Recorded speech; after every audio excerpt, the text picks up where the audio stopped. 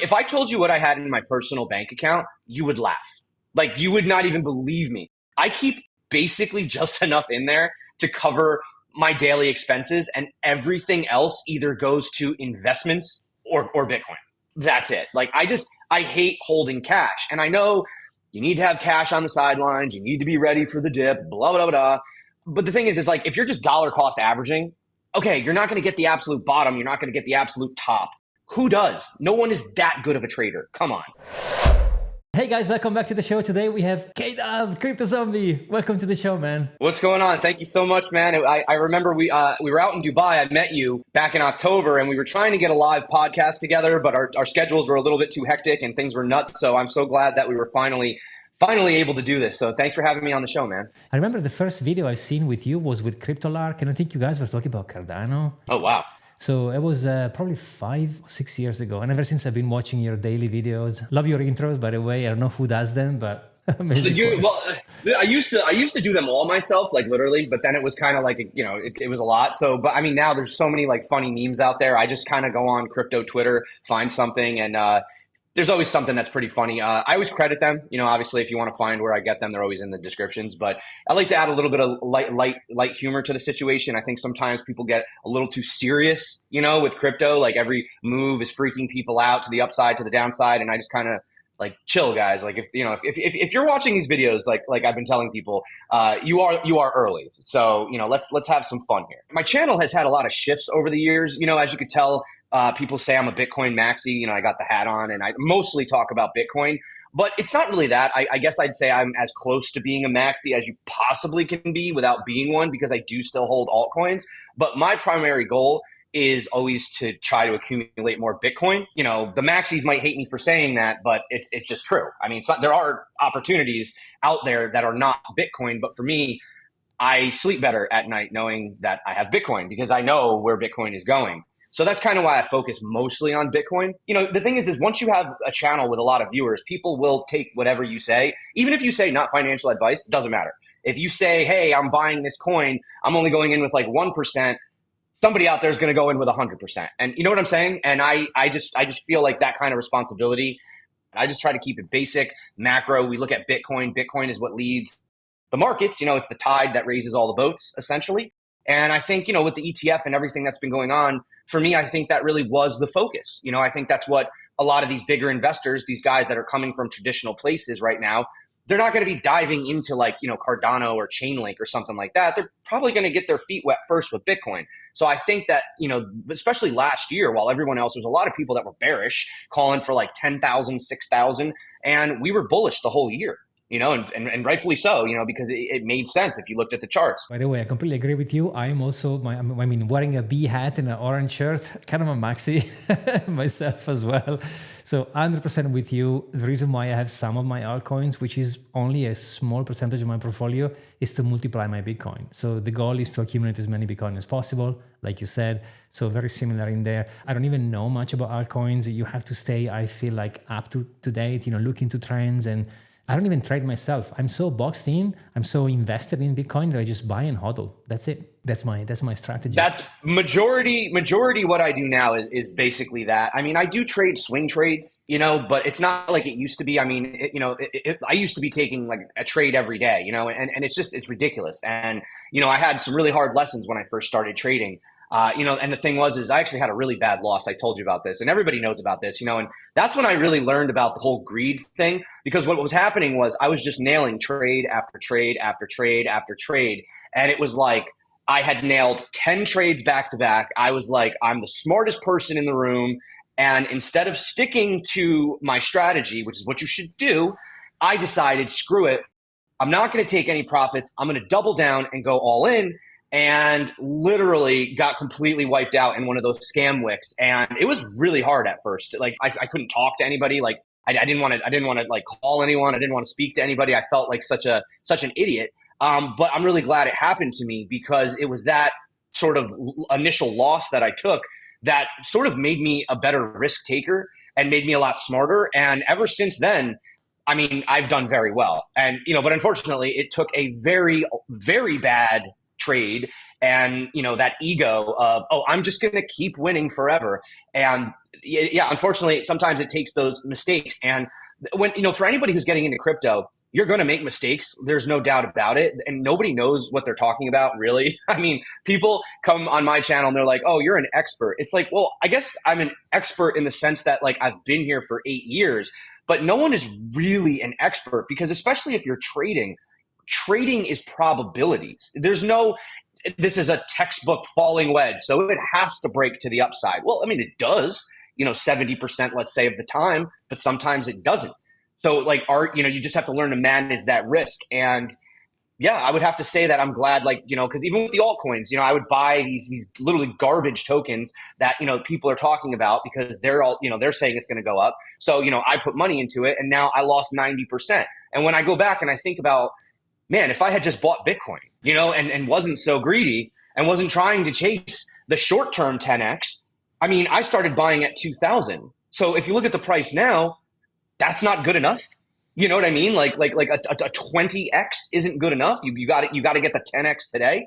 And I think a lot of people, when they're trading with their emotion, especially when you're listening to other people and you're not, and the other thing too is like a lot of the altcoins that you see a lot of new people buying, they don't have any conviction in them. So that's going to make it even harder for you to hold through the dips. Like, for example, I know, you had Kevin on the other day. He's a Chainlink guy. I think you might be as well. For example, whatever, any altcoin, if you've done the research and you believe in that coin and you see the potential, you like the team, you like what they're doing, whatever, it's going to make it a lot easier for you to hold through the turbulent times because the altcoins obviously have much lower liquidity than like Bitcoin per se, especially the lower you go. And you get those like 30, 40, 50% crazy moves in a day. And if you don't have that conviction, you're probably going to sell for a loss. You know what I mean? On the flip side, if you have too much conviction, you may hold forever, which could also be a problem. I've had both of those happen to me. So yeah, my altcoin strategy, if anything right now, I definitely don't leverage trade altcoins. I don't do that anymore. Bitcoin, sure. Altcoins, not at all. Not even Ethereum, because Ethereum is like a very confusing chart for me. I'm not going to lie. It's like a more warped younger brother of Bitcoin that like doesn't know the rules yet or something. Like, I don't know.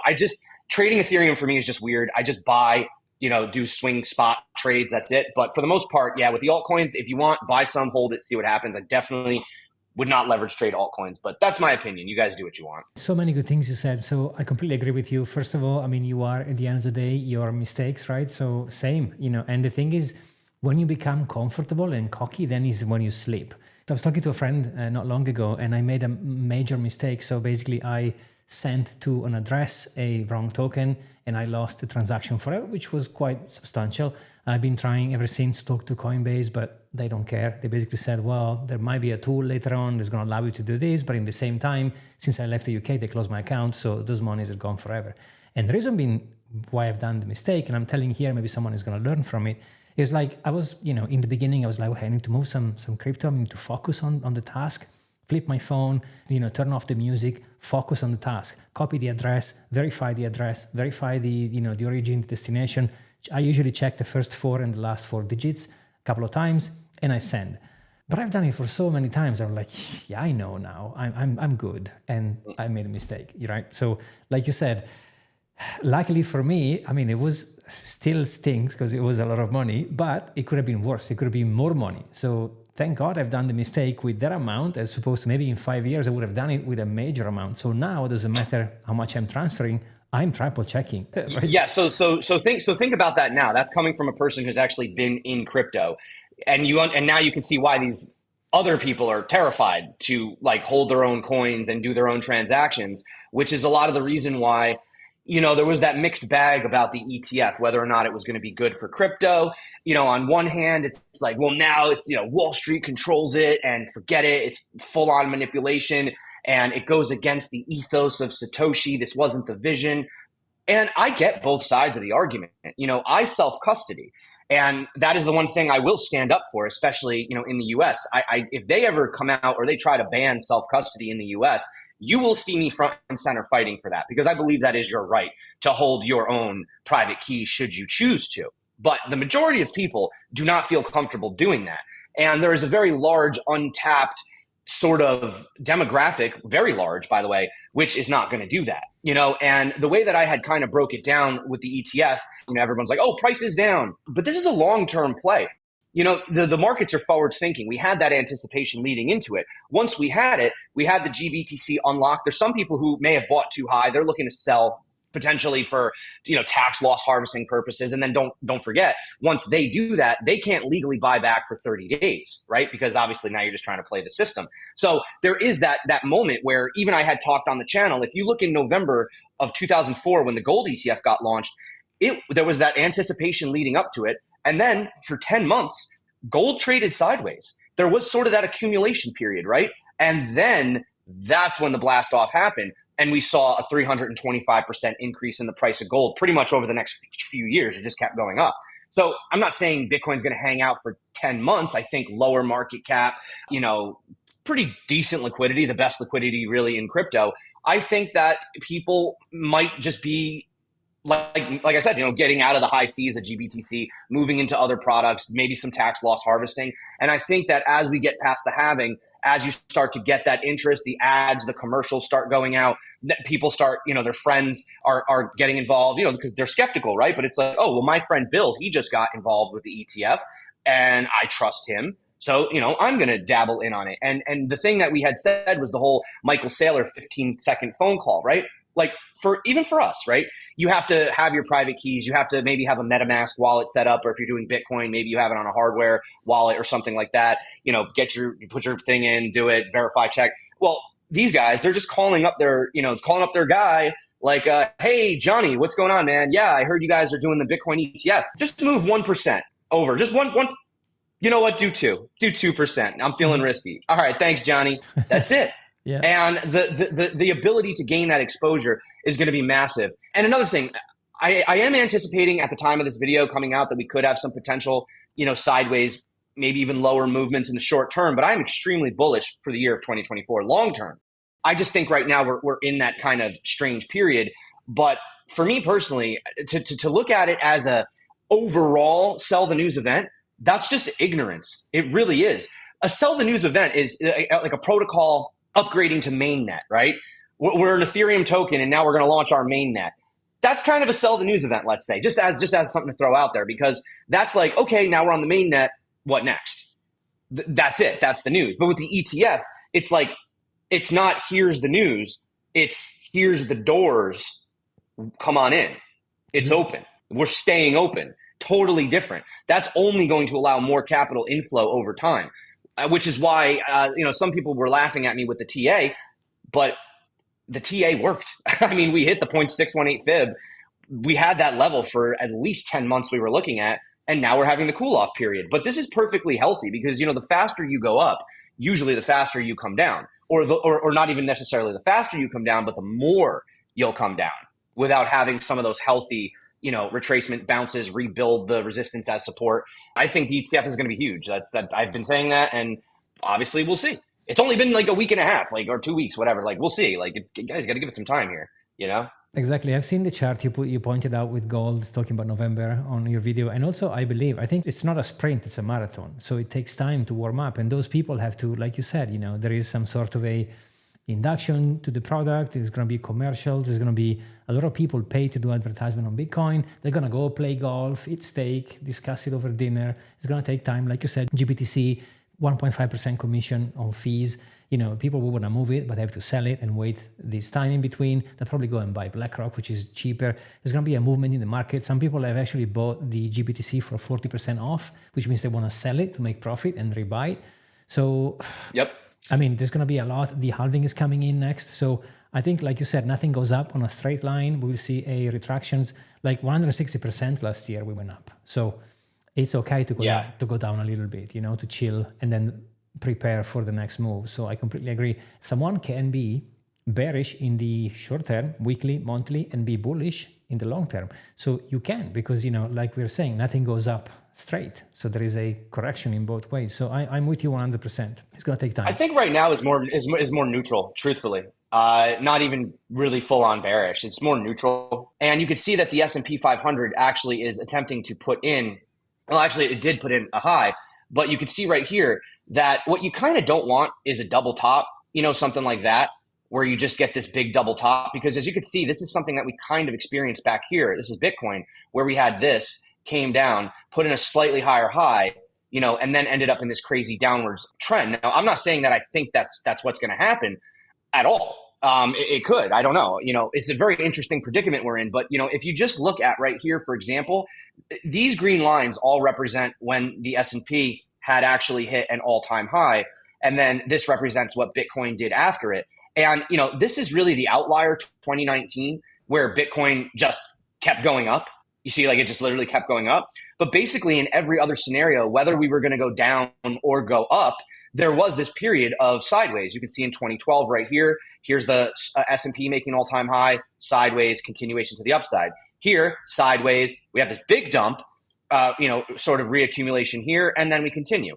Right here, sideways up. 2018, that was just a really bad year, obviously. 2018 was just bad all around. But point being, it still went sideways before having the dump. So, as you can see where we are right now, it just basically makes me say, I'm not saying history has to repeat. There's always a chance something doesn't play out the way that it used to. Maybe the ETF is, a completely different thing this time. But, again, this was what I had posted on Twitter. Here's the gold ETF launching right here, and here's 10 monthly candles sideways, and you can see there was a little bit of an anticipation up to it, but look at that move that happened afterwards. So imagine, 10 months, let's say almost a year, right? Almost a year. You're basically sitting around going, well, what the heck? Nothing's happening. This is a scam. Sell the news, right? And then what happens? Boom. It takes off to the upside. I think that kind of just points where I'm coming from, that you need to have that patience, That's basically what I'm looking at. I'm not really stressing out, and I think people are kind of shocked by that. They're like, wow, you're taking this really well. It's like, do you think this scares me? When I first got into crypto, I was up at 3:00 in the morning, looking at my portfolio, literally moving 70% up and down as I'm going to bed. And I didn't have a lot of money back then, but for me, it was a lot of money, back then. It was a lot of money. It was all I had. Probably did something nobody should do, which is go all in. I talk to people in the traditional space all the time. I do now. I have diversified. I do have real estate, and I do have equity in companies now. I have diversified a little outside of crypto. But even the traditional guys, they tell me I'm crazy. They still tell me that I'm way too allocated to crypto. If I told you what I had in my personal bank account, you would laugh. You would not even believe me. I keep basically just enough in there to cover my daily expenses, and everything else either goes to investments or Bitcoin. That's it. I hate holding cash. And I know you need to have cash on the sidelines. You need to be ready for the dip, blah, blah, blah. But the thing is if you're just dollar cost averaging, okay, you're not going to get the absolute bottom. You're not going to get the absolute top. Who does? No one is that good of a trader. Come on. At the end of the day, I just feel better with Bitcoin. They can freeze your bank accounts. They can come in and, they could put you in jail if they wanted to, right? But they can't take your Bitcoin, not if you have your keys up here. And getting back to my story, I was working online doing some affiliate stuff years ago. I used to be a landscaper for basically my whole life. I worked for the family business. And, it's hard working for family because you butt heads. And when you're working for your father, I don't get to go home at night. These guys, they get to go home. I still have to work, right? In the sense that we still talk about it around the dinner table. So you just never stop talking about it. And he wanted to do things one way. I wanted to do it a different way. So I was like, I need to try something else. I need to do something. So I was working with this guy, and he was paying some virtual assistants. I remember what country they were in Bitcoin. And I was like, wait, Bitcoin, the thing I heard about in college, my friend was mining it on his laptop. That's still a thing? And he was like, oh, yeah, it's huge. And Bitcoin was $1,000 or something, whatever, at the time. I didn't really pay attention. And, then he's talking about it again a few weeks later. And I'm like, you know what, let me look into this. And I look at it and I'm like, whoa, wasn't this just $1,000? It's $2,000 now. He's like, yeah, man. I'm like, all right. So, the greedy part of me is like, let me buy some of this, right? I come back a week later, it's at $4,000. And I'm like, this was in May of 2017. You can follow this on the chart, 2,000, 4,000. And I was just like, okay, what the heck is this? So that's when I went down the rabbit hole. That's when it wasn't just about making money. You start learning about it. You start reading about it, right? And next thing you know, you're just like, I need more of this. So I went crazy. I took everything out of my savings, put it all into Bitcoin. I sold my cars. My house went into foreclosure. I was riding a bicycle for 2 straight years. And then I had started my channel. A lot of people watching me back then. Yes, you were watching a very young, naive, confused, very broke K-Dub. But, we started looking into the altcoins. We did really well. And then, the greed starts setting back in again. It's like, well, I understand Bitcoin. I understand all this like life-changing technology. But, that token is moving a lot quicker than Bitcoin is. And I want to make more money. So I started going into all these altcoins. Some of them I did well on. Some of them I didn't. I didn't take enough profit on. Long story short, by the end of the entire first cycle, I basically broke even. And I had done a 10x off of my initial investment, which, by the way, like I told you, was life-changing money for me at the time. And that's when I sat down and I was like, all right, let's reevaluate this. And over time, that's what brought me more back into Bitcoin, what brought me more into the trading aspect, because we were in a bear market. So what was I going to do? It was sideways and down. So that's kind of where I started to learn how to actually trade, learn about levels, learn about supports, patterns, moving averages, indicators, all that other stuff. And then, into the next cycle, we got a lot smarter. So we were taking profit up in that area. A lot of the profit that I was taking from the last cycle was actually kind of where we're at right now, a little bit lower. I took some in the 30s. I obviously had to pay taxes and all this other crap. So sometimes I have no choice, because when you're all in crypto, you have to sell. Like, I don't have a choice if I have to pay for something. You know what I mean? It's just, for me, I don't really worry. I don't try to time it. Yeah, we're back there at those same levels again. And I think personally for me, I think anything moving forward, not financial advice to anybody watching, any of the dips that we're going to see, if we get any, we might not, who knows? We could just go straight to 100,000 and the ETF I don't think that's going to happen, but maybe I'm wrong.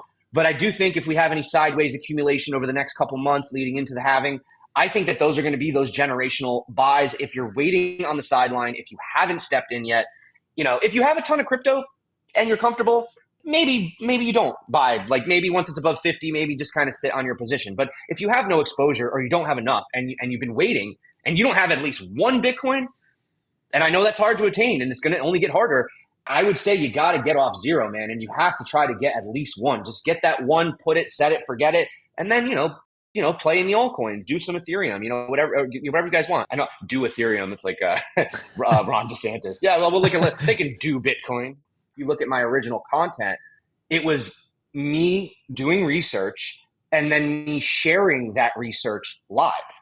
You know what I mean? So it was almost like, if you watch the first 2 years of my channel, it's like you're watching a guy learn about crypto and you're learning about crypto with him.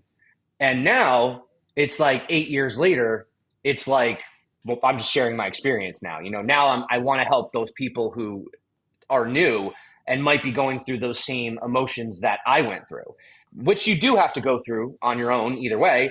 But personally, it's nice if someone could just, kind of tell you, excuse me, with like a mentor, like experience. So much value in your videos. And like you said, sometimes you have to put your face into it. Even if someone is telling you, don't do it, you're going to have to do it to learn. And I also feel like you, like sometimes, when you go into something, and it's all about greed and fear at the end of the day. That's what moves the market, right? What I do every 3 months, I take pen and paper or whatever digital version of it, and I do the math for the next 3 months, and I sell whatever I have to survive. So I don't actually hold much in my bank account. I have a few $1,000s. Everything else is crypto. And, you have to get to a point where, like you said, you have to stomach it. And the market moves. We haven't seen nothing yet. So some people are saying, oh, Bitcoin has gone 160%. Yeah, wait until we kick in the bull market when the bull market season opens up. The saddest part, though, is like you said, yes, I do swing trade. I do leverage trade occasionally if I see a really nice setup. But the majority of really my life has just been dollar cost averaging. And not only has it been dollar cost averaging in, but it's also been dollar cost averaging out. Like, for example, sometimes now I'm a lot smarter. So, I'll see a really key resistance, or I'll be like, hey, we're probably overheated. And at that point, I'll say, if I have some bills or I have some stuff I need to take care of, this would be a good area to sell a good chunk of Bitcoin. So for me, it's like, yeah, I've probably sold at as many levels as I've bought at. I mean, I remember one time, and I don't really like to talk about numbers. I don't feel the need to talk about how much money I have or what I own. Some people, they brag. I think people have seen my journey. I think they know that Bitcoin has been quite nice to me. over the years. But, I sold a ton of Bitcoin at 6,000 once. I remember I had to take care of some stuff. It was really urgent. And I sold a lot of Bitcoin at like 6,000. And it wasn't because I wanted to, it was because I had to. And when I look back at how many Bitcoin I had, years back versus now, unfortunately, I actually have less Bitcoin today than I had back then, which sucks to say out loud. But when you're living off of crypto and it's only at $6,000, $7,000, $8,000, well, I need to sell more of those coins to get the same dollar value, But the cool thing about Bitcoin is its asymmetrical properties have allowed that even though I have less now, I have more than I had total then. You know what I'm trying to say? 100%. Like yeah. the value of like I had double the amount back then, but I have like quadruple the amount in fiat value today, which is the beautiful thing about Bitcoin, which is why when you compare it to anything else on planet Earth, even gold, there's just nothing that you can convince me that is a better form of money. And people will argue, well, it's not a currency, it's not a unit of account. Well, that's simply because of the way that the system is designed right now. Everything is based in dollars. People understand dollars. So a dollar is a unit of account, but it doesn't make it a better form of money. If I give you $100 today, yeah, and you take that bill and you put it under your sofa and you come back or your bed and you come back in 10 years, you have the same $100 bill. But what can you purchase with that $100 bill? What is the purchasing power of that $100 bill? I mean, I've seen just recently the housing prices in the US. There's houses that have doubled in the past 3 years because of inflation and money printing and all these other things. So, great, these people, you're sitting on your house, right? 10 years from now, you're flipping it for 3x profit. But did you really outpace inflation? People are celebrating gold. Gold just broke its all-time high. Okay. But gold was at the same levels 10 years ago. That didn't outpace inflation. Think about it. If gold is the same price, if gold is slightly higher than it was 10 years ago, then you lost against inflation. You didn't win. I don't know. That's how I look at it. You might as well just stayed in dollars at that point if you held the whole time. Makes sense. I was looking today in the show, we were looking at the cost of living. I think it was in the 30s, 1938 or something.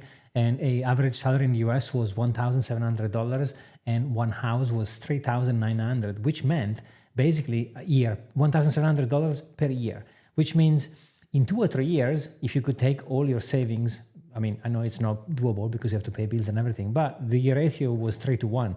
Now it's more like 12-to-1.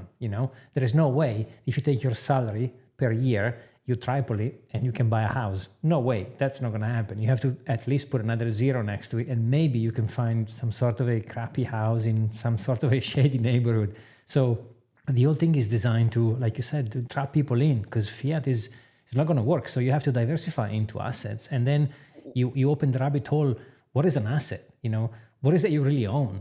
Like, even I remember when I purchased gold, it wasn't my gold. Like, someone was storing it for me, but it wasn't mine. Like, they could have said to me anytime, sorry, no, your gold is not accessible. We'll pay you back in dollars, right? Well, real estate is the same kind of thing. Like, someone is allowing you to own something, but if they don't want you to own it anymore, if something happens, politically speaking, to the country or whatever, it's not yours anymore. Yeah, that's like the whole joke about like, do you really own your house? It's like, no, they just basically let you keep your shirt and pants there, at the end of the day. Even like, for example, let's say you do own your home outright. Let's say the bank doesn't own it, right? Well, in the US, try not paying your property tax. See how long that house is really yours. You know what I mean?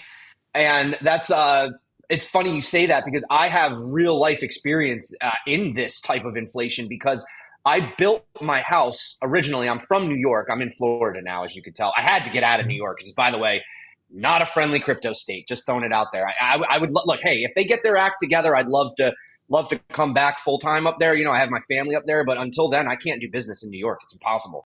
Meanwhile, Florida, they're like, I'm going to a blockchain association, the FBBA, this 30th at the Capitol. And they're like all pro Bitcoin. They're like, they're trying to like embrace it down here in Florida. But anyway, getting back to what I was saying, in New York, I had paid for my house 8 years ago. And, without going into how much it cost me to build my home, the house that I bought down here in Florida is smaller than my house up in New York. And And this house cost me a little more than 3 times the amount, like 3.2x, 320% more essentially than what it cost me to build the house, which is bigger than this house here. When I think about people now, like these kids, these Gen Zs, it's almost like owning a house is going to be like a luxury at some point. It's just so unattainable for the average person. And what I was able to get back then for that price, if that's what I had today, it would be like a third the size of my house. And it's like these kids, they're working harder than ever. I mean, boomers might say no, but whatever. People are working harder than ever. They have 2 jobs. And like you said, you got to tag on an extra zero. They're bringing home less. So the way that I see it is it's not only convincing these older millennials or above that boomer generation X, whatever they were. I think it's really also understanding that, kids nowadays, they're living in this world. This is the world they live in. But the difference is they have an option. And, everything's digital. We're digital. I mean, we're having a meeting across the world right now. And these kids are going to grow up with Bitcoin. I mean, you want to hear something crazy? Every kid now that's 15 years or younger has grown up in a world with Bitcoin. You see what I'm saying? And every baby born into this world is going to be in a world with Bitcoin. Bitcoin is going to be so normal, so naturalized. And when you have an option of dealing with these traditional systems and you watch your money being eroded away, and then on top of that, I mean, I know some of you guys are lucky out in Dubai. I'm not so lucky here in the US, but it's like you're getting taxed on your income. Then you're paying taxes on the goods that you buy with that income. Then you have a house where you're paying property and school and all this other. And then if you do have a stock or you do have an asset and you sell it, you're paying taxes on that as well. So people are just sick of it. And I think that Bitcoin is just going to end up being that thing. Whether or not you want to self-custody, that's up to you. You know how I feel. It's going to be a non-negotiable part of every single portfolio moving forward. Like if you don't have 1% to maybe 5% of your portfolio in Bitcoin, at some point, you're going to be the irresponsible one. That's how I feel. And that's the trajectory that I see going. So yes, the ETF didn't send us to 100,000, but have a longer time frame, look at 5 years, look at 10 years. I think any dips, like I said, golden opportunities. I stand on that right now. So that's what I'm saying on my channel. And that's what I'm telling everybody. This is not a time to get scared, not a time to be afraid. It's a time to get serious because this may never happen again. Because personally, I think once we break through some of these key levels, especially like get above that $50,000 area where we got that rejection from the 0.618, it's actually closer to 48.6. But my point is, once we break and hold above that level again, I just don't see how you're getting it for 30, 25. Like it's not happening. It's just not happening. There's too much volume and interest at those levels. You're not going to have some guy that's been holding Bitcoin for 6 years, whatever, went through the top, came back down, and it's going to fall to 30. And then he's going to be like, that's it, I'm out. You know what I'm saying? Like, it's just the longer you stay in, the more skin you get in the game, the more you learn and educate yourself, the more you realize you don't have enough.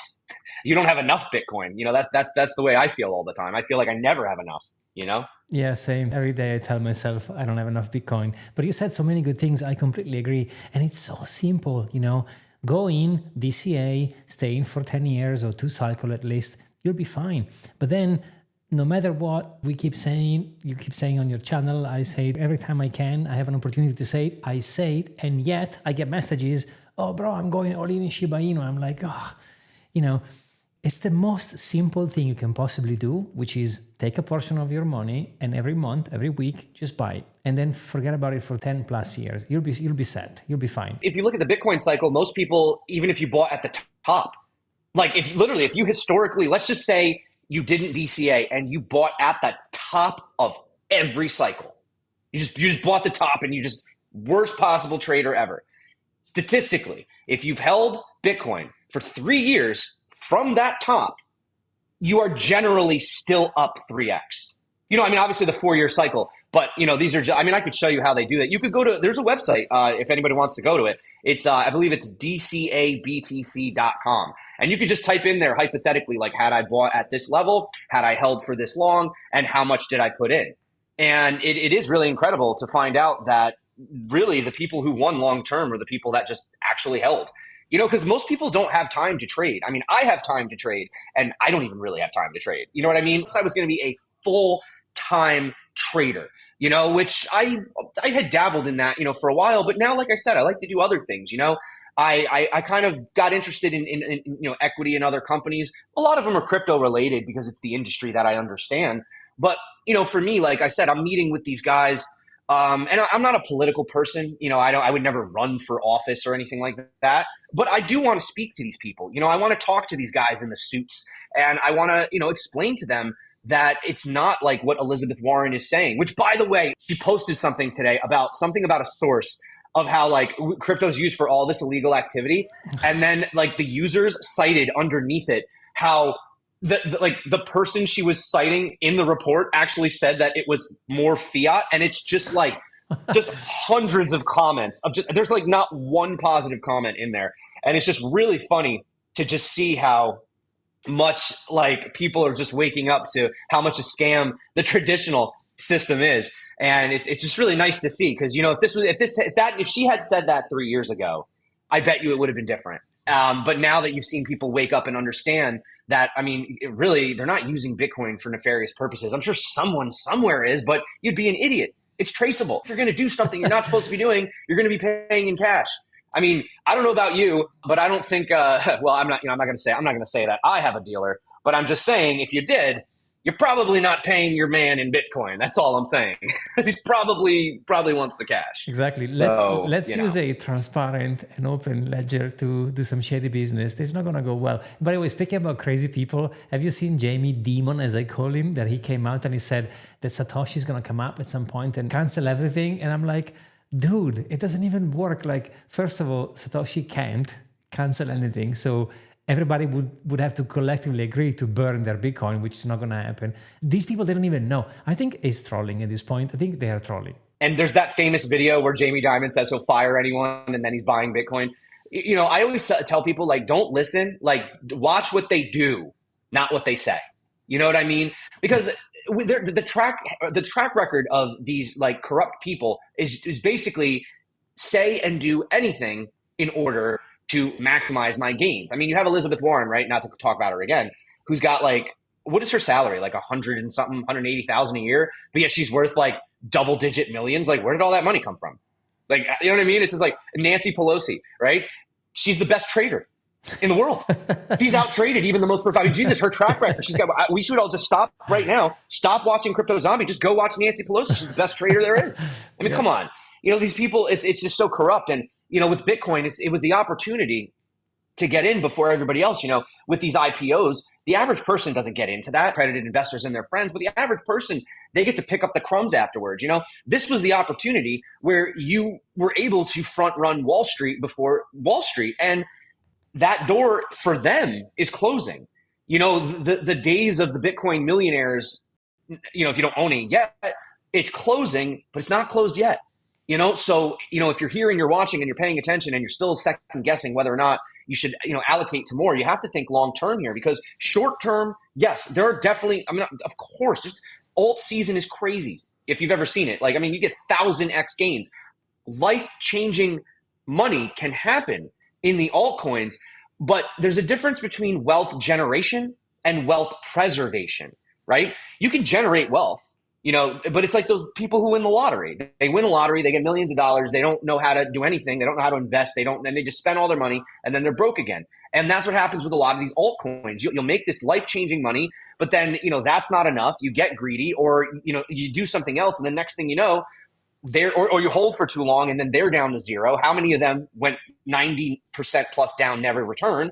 And the wealth preservation aspect is the Bitcoin. That's how I look at it. It's like a savings account, right? But it's like the best savings account in the world, because what are you going to do? A CD for 5%?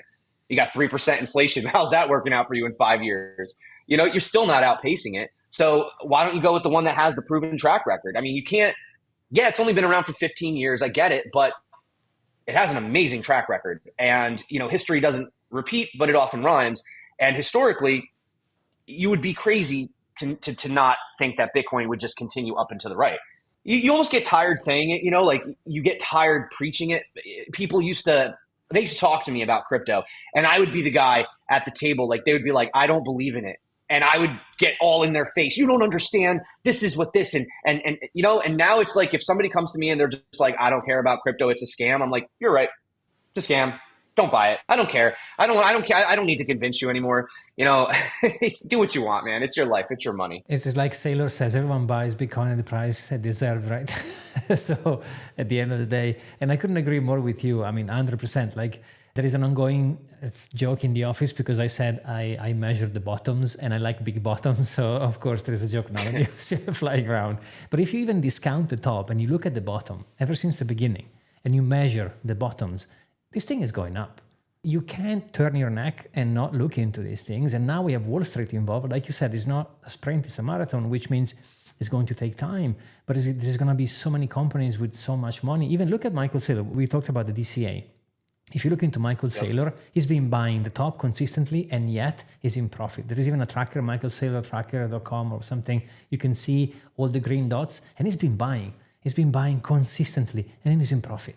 I was at a wedding in Puerto Rico for a friend recently, and one of his family members, older woman in her 70s, and it's not an ageist thing. I respect all people, but, I can get it. You come from a traditional background. And I guess they told him that I did Bitcoin and stuff. And so she comes up to me. She's like, oh, you do that Bitcoin crypto stuff? And I'm like, yeah, that's what I do. And she's like, yeah, I don't know about that. It just something about it doesn't seem right. A lot of people lost a lot of money in that stuff. And I'm thinking to myself, like, okay, are you talking about altcoins? Are you talking about the centralized exchange FTX? Because keep in mind, that wasn't Bitcoin. And it's like, there are just some people that are not going to get into it. But okay, don't buy it, but I think you at least owe it to yourself to maybe do a little bit of research before you make that decision. Learn about it before you decide that you're just going to completely say that it's not for you. I think that would just be the first thing you should do. Maybe I'm off here, but I like to say that if someone has been involved in crypto for 5 or 10 years, they have to be maxi. Like there is no other, like they either left completely because they've lost everything, or they are maxi. Like the market creates, right? I don't know if you would agree with that. I have a little controversial thing that I've said before, and I don't want to look. All right. Let me preface this by saying I actually use Ethereum more than I use Bitcoin. It's just true. I have a business, and we have to pay our employees, so we use stable coins because they're stable and I don't have to worry about the price changing by the time that I send it to them. So, Ethereum has a lot of great use cases with smart contracts and so many things that you can't do on Bitcoin, right? So then everyone says, well, if you see more utility for Ethereum, why don't you have a larger Ethereum position? And, I used to have a larger Ethereum position. But for me, when Ethereum moved from proof of work to proof of stake, that was where I no longer sort of had that love for it. And, again, I don't mean to offend anybody, but, proof of stake is basically just putting power back in the hands of those who have more, which is what we already have in the traditional system. All the guys that have the money have the power, right? And, you think about it, but God forbid let's say the government or some entity came in. For example, how many people are running their own nodes or know how to stake their own Ethereum? They don't. They're going to these other places. And yes, you can go to a guy like Lido, but most are doing it on these centralized exchanges, which are regulated in the United States if you're a US citizen. So what if they came out tomorrow and said, well, you and you and you together have a very large voting power, right? Governance, you're staking on behalf of your clients. Well, now we want you to make these changes to the protocol. We want you to blacklist these addresses. We want you to add in a contract that doesn't allow someone to do this or do that. Now, I'm not trying to scare anyone or say that that is what could happen. Maybe it never happens. But the fact that that is now a possibility makes me even more Bitcoin. You see what I'm saying? 100%. Because, yeah, you can have a 51% attack. You can fork it if you want. You could fork into a proof of stake, but let's be honest, I just don't think any hardcore people in Bitcoin are going to let that fly. And the beauty of it is you still have that option. And to say that we haven't tried it, we had Bitcoin Cash, we had Bitcoin SV, and then we had Bitcoin Diamond and Bitcoin God and Bitcoin I don't even know, man. There was like, I don't know if you remember, it was just like it was just like tons of Bitcoins. Where are they all now? Number one is still at the top. And that is because that is what people are demanding. That is the chain that the miners are choosing to put the majority of the hash rate to. And that is what people are considering to be the real Bitcoin. So I think the fact that you have the true decentralization, and again, someone in the comments is going to say, well, what if they 51% attack? Well, they could do that, but think about that. Okay. That costs money. You see what I'm saying? Like, so unless the government is just down to just like print unlimited amounts of money, waste unlimited amounts of electricity to just constantly attack the network, it just doesn't make sense. You're better off just embracing it and buying it. I don't know, taxing it. That's what you guys want to do. You want to tax everything. So tax it, but like you're not killing it, you're not banning it, and it's not going anywhere. You've opened Pandora's box. So at this point, like we're seeing with the ETFs, you're better off just getting on the train. You know what I'm saying? I like Ethereum. I have Ethereum in my portfolio, so no hate in here. But I reduced my position ever since, like you said, for the same reasons. And also, I don't think it's efficient that much. The gas fees are really high. So there are other chains they offer me the option to send on an instant value. This is kind of crazy to say out loud. I probably never say this, but Tron is actually great for sending stablecoins. It's amazing. It's so fast and so cheap too. I mean, I guess you could use Solana, AVAX, whatever, but a lot of the exchanges have really good liquidity and stuff, obviously, with those types of stablecoins on Tron. So I know I actually use that too as well. But again, I don't use it longer than I have to. You know what I mean? Like I keep just enough gas in the wallet to be able to use it. And I definitely don't keep them on exchanges or hot wallets. That is the whole not your keys, not your coin. Everyone watching, you should know that by now. We shouldn't have to keep telling you guys that. Exactly. I mean, and again, I'm going to prefix as well. I'm not comparing Ethereum to fiat, but in my mind, this is the same thing. I'm keeping my value into Bitcoin, and I use every now and then, I change it into either dollars or dirham in the UAE or Ethereum or Tether to just pay my stuff. But the majority of my stake still belongs into Bitcoin, because ever since they change that fundamental thing, I agree with you, then it's not decentralized anymore. So I'm not interested, because then, like you said, they could take the network. I always put Bitcoin in a different category. You know what I mean? Like Bitcoin to me is like the store of value. It's like the gold. And I like that it's simple. Some people, oh, it's too slow, it's this or that. It's like, guys, it's the most secure network on planet Earth. It doesn't want to sacrifice that speed for its security. And when I look at Ethereum, I see it more as like, I don't know. Remember, well, originally it was like the world computer. Like that's how they were pushing it a few years back. And it keeps changing its narratives over the years. But I think it has its use cases. And I think there's going to be a lot of use cases for crypto outside of Bitcoin. But I kind of look at them more of like, I guess, stocks. More like Bitcoin is like gold. And then kind of everything else is like a stock or I mean, I guess layer ones are more like software or like internet or something like that, I guess. So I could see that value. But I think at the end of the day, there's going to be a lot of competition. And I think Bitcoin stands as its own. But then I always talk about first mover advantages. First mover advantages tend to do really, really well for a really long time. So Ethereum may be the best forever, and maybe we keep building on top of it. I mean, look at the internet right now, right? Look at back when you have DARPA, and then you have HTTP, TCP/IP protocol, and now we have broadband, Wi-Fi, whatever the hell they're all built on top of each other. Really, you were able to scale a system which, if you actually stripped it back to its base layer, is pretty primitive. So that could happen for things like Bitcoin and Ethereum, and then we don't have to worry about these other chains. Maybe then Ethereum will just forever keep its place. But you look at things like, for example, Nokia was the most popular phone. Everyone in school had it. And I remember when the first iPhone came out, and it was a flop. Like, my sister got it and she hated it. I hated it. You know what I mean? Eventually they tweaked it, they worked on it, and now the percentage of people that have Nokias, is that even a thing anymore?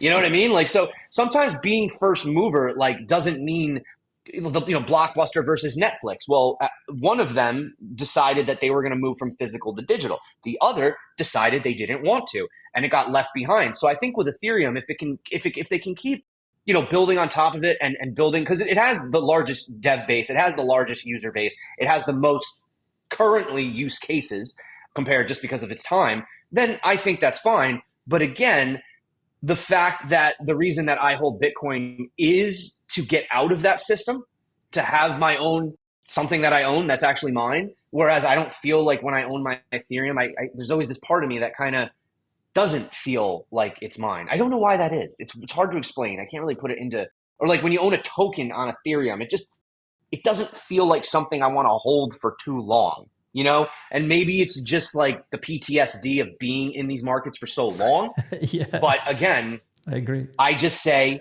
get your one Bitcoin if you can. If you can't, that's understandable. But at least try to keep the majority of your portfolio in Bitcoin. And if you're going to gamble, you're looking for 100x. Let's just say people want 100x. Well, if you think that this could 100x, let's just be honest, that's what everyone's hyping it up, this token, then put 1% of your portfolio in. Because if it 100x, you doubled your portfolio because that 1% is now 100. You see? But if you go in with 50% and you lose it, well, now you have half your portfolio gone. But if you only have 1%, what is your downside risk to your upside risk? That's how I look at it. And I think once people go through the cycle enough, they will become more risk adverse. And yeah, it's boring. It's boring to sit in Bitcoin sometimes. It is. But it feels freaking great. And I don't have to worry. And I don't have to refresh every 5 seconds. You know what I mean? So for me, that's why I think the longer you're in it, the more you realize that you kind of park the majority there and then you play in the casino. We're going to have a great alt season. We are. It's going to happen inevitably. And people think what we saw now, oh, trust me. I mean, if it's anything like the previous, it's going to be crazy. And, especially once you get Bitcoin going, once Bitcoin breaks the all-time high, forget it. And, there are people that are DCAing now. And again, if you believe in it, hold it. But I've always said when it comes to the altcoins or alt seasons or just alt pumps in general, I don't care about timing the absolute bottom and selling the absolute top. I don't care. If I miss the first 20, 30%, 40%, it doesn't matter to me. As long as I can get that mania, that little meat, that chunk right there. You know what I mean? When you're going on and you're seeing everything's up like 8, 10, and you know that the euphoria, it's coming in, but we're not quite there yet. There's nothing wrong with entering there as well. You don't have to be a genius. You don't have to call the bottoms. You don't have to sell all the tops. I mean, life is not that extreme. Dollar cost averaging, you bought too high, you bought too low, you bought whatever. Well, let's be honest. If you're down on Bitcoin today, like if you bought Bitcoin at any time in the past 15 years and you're down on it today, that's a very small window you bought. And you probably just walked away and didn't care to learn anymore, which means you would have had to bought above 42, which really on here only existed for, I mean, if I look at the monthly, the amount of times you could have bought Bitcoin above this level, maybe 4 or 5 months out of its entire history. So that should mean that 90+% of people that bought are up, dollar cost averaging. So I think that just like historically, that speaks for itself, man. Michael Saylor, he's been buying consistently. He actually bought the top. If you look at the tracker, he actually bought the top, but then he kept buying and buying and buying, and now he's up. Because at some point, Bitcoin was at 15,000, and now we are at 40 something. So it averaged itself out. Just keep buying, and you'll be set. Not financial advice, of course. No financial advice. It's like you want it's like not financial advice when it's with Bitcoin. I mean, I don't know. I guess you have. Although I heard that it doesn't even work anyway. From like lawyers, they were like, they put the warning up, like the influencers would be like, don't do anything I say. Anything I say is not financial advice. And like in all reality, you could still get sued anyway. So like, what's the difference? Like I just that's why I just stick with Bitcoin, because I'm like, who we suing here? Satoshi? Like who we angry with? K-Dub, it's been an absolute pleasure having you on the show. Thank you so much, man. I really appreciate it. I appreciate you letting me just ramble on for an hour. When you first reached out to me, I was like, man, you've had such good guests on this channel. You had Kevin Svensson. I love Kevin. He's awesome. I saw that the podcast you did with him, and I was like, great, I got to follow Kevin. I just love his approach. So level-headed, and he was a bit of an inspiration for me too when I first started getting more involved. Crypto Face, actually, he taught me a lot, believe it or not. With trading. He's really good at trading. I was a little nervous about following that up, but thanks for having me on, man. I've been following you, watching your videos since forever, so it's kind of surreal. Even when you were in my studio, it's like kind of one of those weird feelings, because at the end of the day, when you're watching someone for so long, it's such a great privilege to be able to talk to you guys, and same, Kevin is awesome. You also had amazing contributions, and thank you again for pulling out videos. I mean, I'm going to say, of course, your links are going to be in the comment down below, but everyone already knows you, so there is no point for those 2 people that live under a rock. You know what the weird is? I don't consider myself a celebrity at all. Like most people don't know who I am. literally, unless you have dabbled in crypto and came across me. But it is weird. There will be instances where like I was at the airport and somebody came up to me and they knew me. And they were like, "Crypto's on me. Like, can I take a picture?" They're talking to me like as if we've been friends forever. You know what I mean? Yeah. And I'm like, this is really weird because I talk to a camera. I never see who's on the other side. But these people have been watching me talk to them for like 5, 6, whatever years, however long they've been following me. So they really feel comfortable around me. Like they act like we're friends and stuff. And it's like a really just surreal feeling to have someone come up to you that knows you so well and you've never met them before. It's like really weird, man. But I don't, I love it. I love it. But it's very, very, very strange, man. If you ever come back to Dubai, please let me know. Go for a ride, go to the desert, whatever, just chill. We'll make a real podcast in the studio. That'll be awesome. Yeah. Love you, man. Thank you so much. I appreciate it. All right. Thank you. Cheers.